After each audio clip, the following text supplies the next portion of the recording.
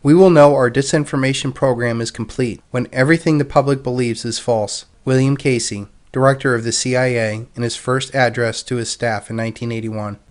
Doublethink is when one believes in two contradictory beliefs at the same time. It is the opposite of cognitive dissonance, the ability to tell lies and genuinely believe them and to forget any facts that are inconvenient. Advancing doublethink is the elite's defense mechanism from any challenge to their power. The elite know that propaganda will eventually be exposed. But if they can make you lie to yourself and that was accepted as truth, then they can form a new reality. Doublethink produces an intellectual blindness to a contradiction. Doublethink is simply spinning a story to make the government look good by deliberately lying, but then simultaneously believing the new story as exactly how it happened. Most Americans would look at Baghdad Bob and laugh, knowing that what he is telling you is a lie. And yet we believe these same lies just because they come from our State Department.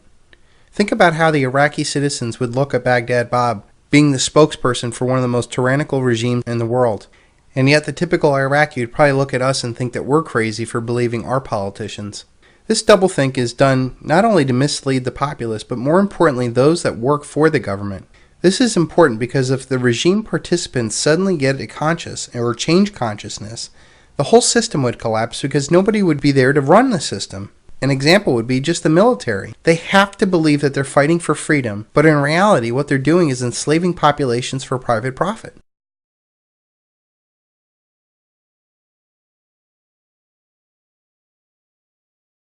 Walking along Aleppo's River Quake this morning, the bodies rarely stopped. Pulled from the muddy water, young, shot at point blank in the head, too gruesome to show here. Whether they floated into or were killed in this rebel territory, nobody knew. But they kept coming, 65, then 81, as the river held forth another massacre.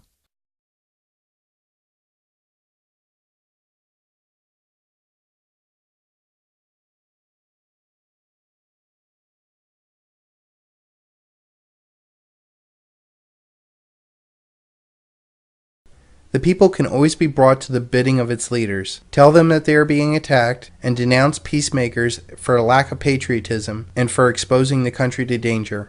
Hermann Göring.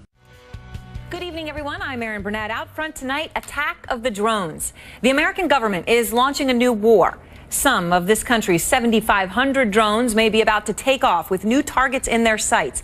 Today, Niger's ambassador to the United States tells CNN his government has agreed to allow the American military to place drones in his country in an effort to gather intelligence on neighboring Mali, Algeria, and Libya, 3 spots where we've seen a recent explosion and al-Qaeda-linked attacks on Americans.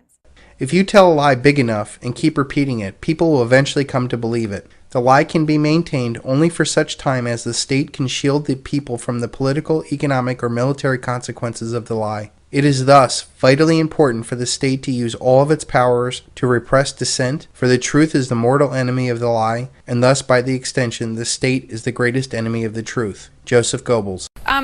Lieutenant General Deptula, some people might say, who cares about drones? A lot of people in this country say, look, we don't want to risk American lives. If we're going to have to fly over and kill quote-unquote bad guys with drones, so be it. Let's do it. And there's people on the left and there's people on the right who agree about that. They say, what are the Pakistanis, or in this case, the Africans? What are they going to do about it? But you know what? Someone might one day, right? It could cause someone to launch another terrorist attack. Or some of the other 70 countries that have drones right now, but most of them cannot arm the drones, might be able to arm drones. Say Iran. Listen, do I like torture? No, I think torture is probably bad. I think I don't like drones per se, but they make America safer. At the end of the day, this is a movie. It's drama. I think all this hullabaloo by these 3 senators, 2 of which are Democrats, that are very good Democrats, John McCain, an American hero, who was tortured, I think it's all a bunch of ado about nothing at the end of the day. It's a movie. It's a drama. It was not at all meant to be a documentary. I mean, you're right that it's a movie, but it's supposed to be a record of what happened. But the drone program is not making us safer. We're killing lots and lots of people who had nothing to do with our who are not actually enemy combatants. I appreciate that. And what happened in the torture program did not make us safer. It gives Al-Qaeda fodder. It gives them a way to recruit. It confirms that our people, when they are captured, they will be treated horribly. It wrecks the soul of America. It taints our image around the world. It doesn't get us actionable intelligence, just pragmatically. And Jimmy, Jimmy, I watched the torture scene in this movie, and as Jane Mayer points out in The New Yorker, at no point in the film do we see any of the debate or argument about torture that happened within the American intelligence community. That's right. So how is that not just simply a whitewash of the issue? Well, because it's a movie. Sorry, you keep saying that, Jimmy, but at the beginning of the movie it says this. This movie is based upon first-hand accounts of actual events. If it's only a movie, then don't put that up as a rider. But I think the movie is saying that it isn't right. That's my point. I don't think that. Listen, I go see Harry Potter movies. That doesn't mean that everything in there. Stop it, Jimmy. Harry Potter has no place in this conversation. Harry Potter is a fantastical movie from J.K. Rowling's imagination. Touré, let me just say this. At the end of the day, we're at war with people that killed 3,000 people on 9/11, that killed people in our embassies and in our diplomatic security places. At the end of the day, I don't give a damn how our American government keeps America safer. I just want them to do it, and I don't want to know about it. But and by the way, I think I'm in the majority of American people. But do you want us to be safer, or do you want to feel good beating people up? Because those are the two choices. I don't want to know what the American CIA is doing. I don't want to know. I just want to be safer. And I think a majority of Americans would say that. That doesn't make me a bad American. No. We are an empire now, and when we act, we create our own reality. And while you're studying that reality judiciously as you will, we will act again, creating other new realities, which you can study too, and that's how things are going to sort out. We're history's actors, and you, all of you, will just be left to study what we do. Karl Rove. The Nazi theory specifically denies that there is such a thing as the truth. The implied objective of this line of thought is a nightmare world in which the leader, or some ruling clique, controls not only the future but the past. If the leader says of such and such an event, it never happened, well, it never happened. If he says 2 and 2 are 5, well, 2 and 2 are 5. This prospect frightens me more than bombs.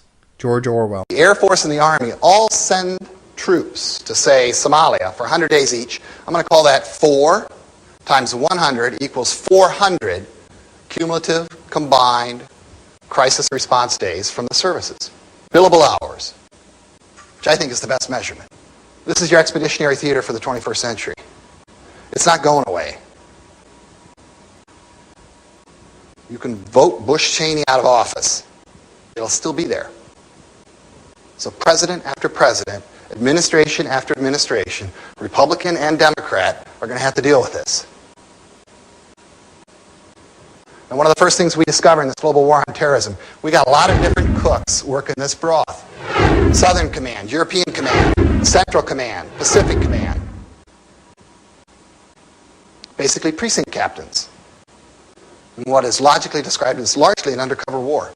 And we're seeing a redefinition of strategic command as a global strike force. The beginnings of a matrix organization. Warfighting is going to migrate in the direction of these two commands, previously considered just supporting. Now leads in their own right.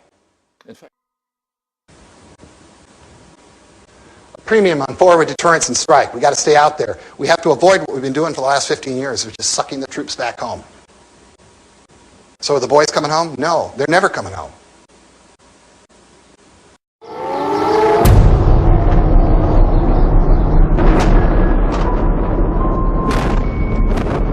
On March 19, 2003, the U.S. and its allies went to war against the Iraqi strongman Saddam Hussein. A few months of media campaign was enough to make Iraq an imminent threat to peace and security. Now the war was inevitable, and saving the world from Iraq's weapons of mass destruction was a burden upon the shoulders of the U.S. Army and its allies. No stone was left unturned, but no WMDs were found. The main reason for the U.S.-led invasion of Iraq turned to be just a figment of imagination. It turns out we were all wrong, probably, in my judgment, and that is most disturbing. Dramatic increases in infant mortality, cancer, and leukemia in the Iraqi city of Fallujah, which was bombarded by U.S. Marines in 2004, exceed those reported by survivors of the atomic bombs that were dropped on Hiroshima and Nagasaki in 1945, according to a new study. It's been estimated that about 1.5 million Iraqis have died due to U.S. invasion since 2003. People will accept lies if their lives get better. As their lives get worse, they will inevitably ask questions. And as their lives disintegrate, they will start looking for both answers and suspects. Mike Rupert. Throughout the summer and fall of 2004, the U.S. military conducted 2 major assaults, which flattened the Iraqi city of Fallujah and displaced most of the city's 300,000 population. In the assaults, U.S. commanders largely treated Fallujah as a free fire zone to try to reduce casualties among their own troops. British officers were appalled by the lack of concern for civilian casualties.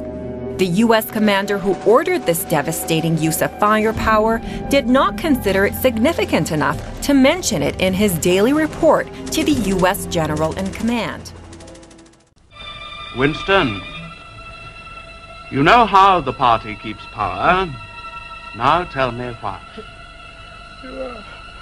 You are ruling us for our own good, because we are not fit to govern ourselves. That was stupid, Winston. I want intelligence. The party seeks power for its own sake, not as a means but an end. Power over the human mind, and power over all matter, climate, disease, the laws of gravity. Because we control the mind. Reality is inside the skull, Winston. We control the laws of nature. The stars are not light years, but a few kilometers away. If we wished, we could blot them out. Here, that is power. In our world, there will be no love but the love of Big Brother, no laughter but the laugh of triumph over a defeated enemy, no art, no science, no literature, no enjoyment, but always and only, Winston, there will be the thrill of power. If you want a picture of the future, imagine a boot stamping on a human face forever. Их военный бюджет в абсолютных величинах почти в 25 раз больше, чем у России. Вот это и называется в оборонной сфере их дом, их крепость. И молодцы, молодцы. Но это значит, что и мы с вами должны строить свой дом, свой собственный дом, крепким, надежным. Потому что мы же видим, что в мире происходит. Но мы же это видим. Как говорится, товарищ Волк знает, кого кушать. Кушает и никого не слушает. И слушать, судя по всему, не собирается.